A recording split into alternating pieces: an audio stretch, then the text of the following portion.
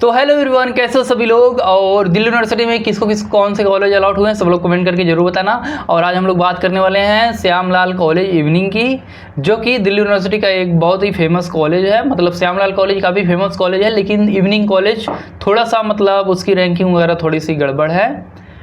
चलो आ जाओ बात करते हैं। तो ज़्यादा चीज़ें हम लोग देखेंगे नहीं, तुम लोगों को पढ़ना होगा तो पढ़ लेना, और मेन जो पॉइंट्स हैं उन पे बात करेंगे ताकि तुम लोगों का टाइम बर्बाद ना हो।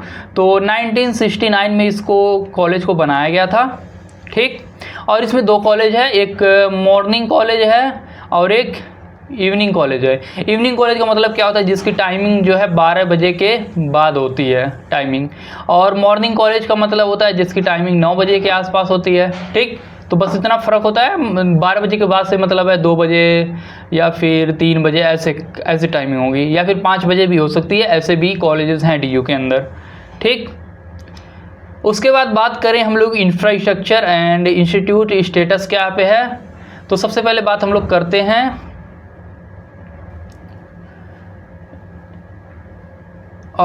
देखो विजन क्या था इसका इवनिंग कॉलेज का बनाने का। तो देखो 1969 में इसको बनाया गया था श्री श्यामलाल गुप्ता के द्वारा, ठीक। And farmer mayor of Delhi, ठीक है, फॉर्मर मेयर ऑफ दिल्ली थे ये। और इसको देखो, इसको बनाने का मकसद ये था कि जो ऐसे लोग हैं जो कोई काम वगैरह करते हैं, वर्क या फिर मतलब स्टडी प्लस में कोई वर्क करते हैं, तो उनके लिए जैसे दिन में काम कर लें, वो शाम को आकर के पढ़ाई कर लें, अपनी डिग्री भी कंप्लीट कर देते हैं और काम भी कंप्लीट करते हैं, ठीक है। तो बस इसीलिए इसको बनाया गया था। और उसके बाद बात करें हम लोग एकेडमिक की, तो इसको छोड़ो, इसको कुछ मतलब है नहीं। हाँ, क्वालिटी एंड क्या इसको ग्रेडिंग वगैरह मिली हुई है, तो इसको बी ग्रेड मिला हुआ है, बी ग्रेड, जो कि मतलब अच्छा ग्रेड नहीं माना जाता है। रियलिटी में ये बता रहा हूँ तुमको, ए ग्रेड का कॉलेज नहीं है ये। नैक के द्वारा ग्रेडिंग मिली हुई है इसको बी। और रैंकिंग की बात करें तो जो मॉर्निंग कॉलेज है वो टॉप 100 के अंदर आता है, लेकिन जो इवनिंग कॉलेज है वो टॉप 100 के बाद आता है, ठीक। उसके बाद कैंपस इंफ्रास्ट्रक्चर, तो कैंपस इंफ्रास्ट्रक्चर कैसा है, आ जाओ उससे बात करते हैं।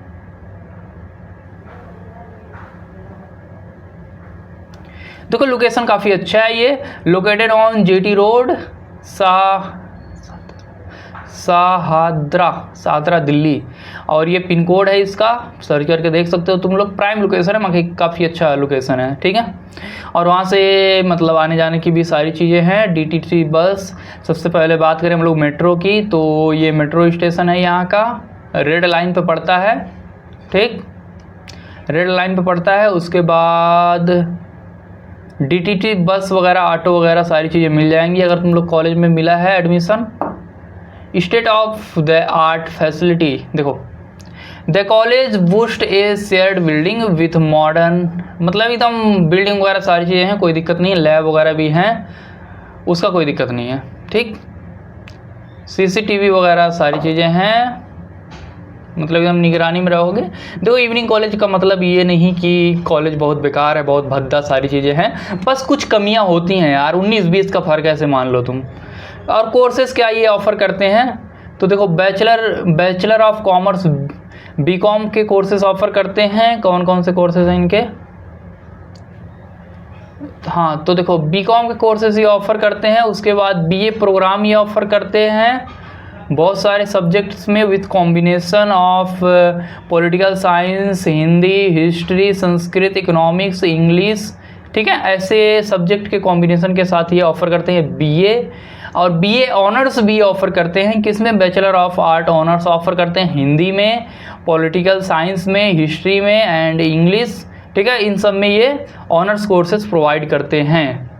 उसके बाद हम लोग बात करें अफोर्डेबल फ़ीस है कि नहीं है, तो देखो फ़ीस कितना है। ओहो, अरे ये तो देखो ये डॉलर में नहीं है यार, ये रुपीज़ में है, ठीक है, ये इंडियन रुपीज़ में, डॉलर में नहीं है। तो बीए प्रोग्राम के फ़ीस कितने हैं, अराउंड यहाँ से है इसका 7,000, 7,000 अराउंड बीए के फीस है। बीए ऑनर्स कोर्सेज के फीस 8,000 के आसपास तुम लोग मान सकते हो, ठीक है, 8,000 के आसपास। और बीकॉम प्रोग्राम के कोर्सेज भी उतने ही हैं, 8,000 मतलब 8,500 के आसपास ही हैं, ठीक है। तो 80 पास फीस है, ज़्यादा महंगा नहीं है, मिला जुला के 10,000 के आसपास ही है। उसके बाद कितनी सीटें हैं, तो सीटों पे हम लोग ध्यान देते हैं एक बार, सीटें ही डिसाइड करती हैं कि इतना कट ऑफ उस कॉलेज का जाने वाला है।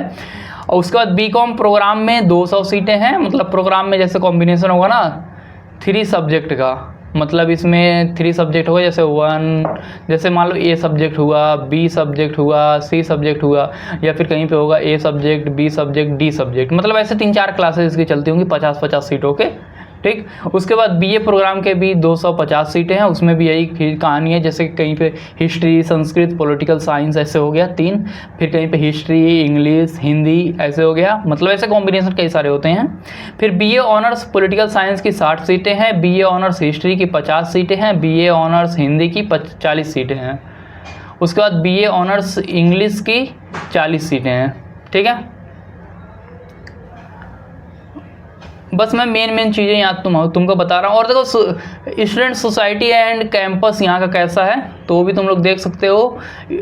एनएसएस है यहाँ का, नेशनल सर्विस स्कीम सोसाइटी के नाम पे, तो काफ़ी अच्छी चीज़ है एनएसएस अगर यहाँ पे है। एनएसएस बहुत अच्छा तुमको दिल्ली के जितने भी दिल्ली यूनिवर्सिटी जितने कॉलेज हैं, एनएसएस में बहुत ज़्यादा बेनिफिट मिलता है, मतलब ऐसे सेंट्रल लेवल के जो भी इवेंट होते हैं उनमें शामिल होने का मौका मिलता है। तो एनएसएस है जो सोसाइटी से रिलेटेड काम ही करते रहता है, मतलब कुछ हेल्प वगैरह हुआ, एनसीसी लाइक, मतलब एनसीसी ऐसा मान लो। और कॉमर्स सोसाइटी है, कॉमर्स का डिपार्टमेंटल सोसाइटी है। कल्चरल सोसाइटी है जो कि म्यूजिक, डांस, ड्रामा, परफॉर्मेंस, इन सारी चीज़ों से रिलेटेड सोसाइटीज़ हैं। वुमेन डेवलपमेंट सेल है, मतलब जिसमें लड़कियों के लिए काम किए जाते हैं, जैसे कि लड़कियों के लिए काम मतलब क्या, जैसे कि अवेयरनेस कैंपेन हो गए, ऐसी चीज़ें चलाई जाती हैं, ठीक है, वीमेन एम्पावरमेंट से रिलेटेड। उसके बाद बात करें हम लोग तो और क्या है, हाँ, डिबेट सोसाइटी है यहाँ पे, जिसके अंदर बच्चे भाषण देते हैं दोस्तों और उनके क्या बोलेंगे, भाइयों और बहनों, तो जिसमें भाषण वगैरह होता है, डिबेट होता है, तो ये सारी सोसाइटीज़ हैं। और फिर लिटरेरी सोसाइटी है। उसके बाद हिंदी साहित्य परिषद है, जिसके अंदर हिंदी से रिलेटेड चीज़ें होती है, मतलब हिंदी में स्पीच होगा, हिंदी में राइटिंग कंपटीशन होगा, मतलब सारी चीज़ें हिंदी में। जो बच्चे हिंदी मीडियम वाले होते हैं उनके लिए सबसे ज़्यादा बेनिफिट होती है वो। इसके बाद स्पोर्ट्स क्लब है, जिसके अंदर स्पोर्ट्स से रिलेटेड चीज़ें होती हैं, इंटर कॉलेज स्पोर्ट्स वगैरह होते हैं। और बात करें अब एक मोस्ट इंपॉर्टेंट चीज़ जिसके लिए दिल्ली यूनिवर्सिटी जाना जाता है, अपने फेस्ट एंड एनुअल सेलिब्रेशन के लिए। तो देखो ऐसे फेस्ट वगैरह होते हैं, मतलब मस्त डांस वगैरह होगा, एकदम चिल करोगे तुम लोग, पढ़ाई वढ़ाई सब बंद रहेगी। तो कौन कौन से कल्चरल फेस्ट यहाँ पे होते हैं, तो यहाँ पे होता है एक द एनुअल कल्चरल फेस्ट है यहाँ का, उत्कर्ष यहाँ का एनुअल कल्चरल फेस्ट है। तो इसके अंदर काफ़ी सारी चीज़ें होती हैं, मतलब कि ये 2-3 दिन का होता है, जिसके अंदर एक दिन डीजे नाइट हो सकता है, तुम्हारा कोई सिंगर आ रहा है हरियाणवी, किसी दिन तुम्हारा कोई और सिंगर आ रहा है, तो ये सारी चीज़ें हैं। और इसके अलावा एनएसएस डे यहाँ पे मनाया जाता है, ठीक है, एनएसएस डे मनाया जाता है, सेलिब्रेट किया जाता है, नेशनल सर्विस स्कीम से रिलेटेड चीज़ें। इंडिपेंडेंट डे सेलिब्रेशन होता है, हिंदी दिवस सेलिब्रेशन होता है, जो हिंदी वाली सोसाइटी थी ना उसके अंडर, उसके जो बच्चे होंगे उसके अंदर वाले वो लोग अपना करेंगे। अच्छा, अब बात करें हम लोग और चीज़ों की, तो laboratories, facilities and alumni network. तो कह रहे हैं कि हमारे यहाँ कंप्यूटर लैब है, उसके बाद एलुमिनाई नेटवर्क भी है यहाँ का, कह रहे हैं कि हमारे पास जो है कंप्यूटर लैब है, ठीक, वेल मेंटेन कंप्यूटर लैब है, कॉमर्स लैब है, लैंग्वेज लैब है। लैंग्वेज लैब क्या होता है यार, ये मुझे नहीं पता है। लाइब्रेरी तो है, रही है गया ना यार, लाइब्रेरी नहीं रहेगा तो क्या कॉलेज का किस बात का। और उसके बाद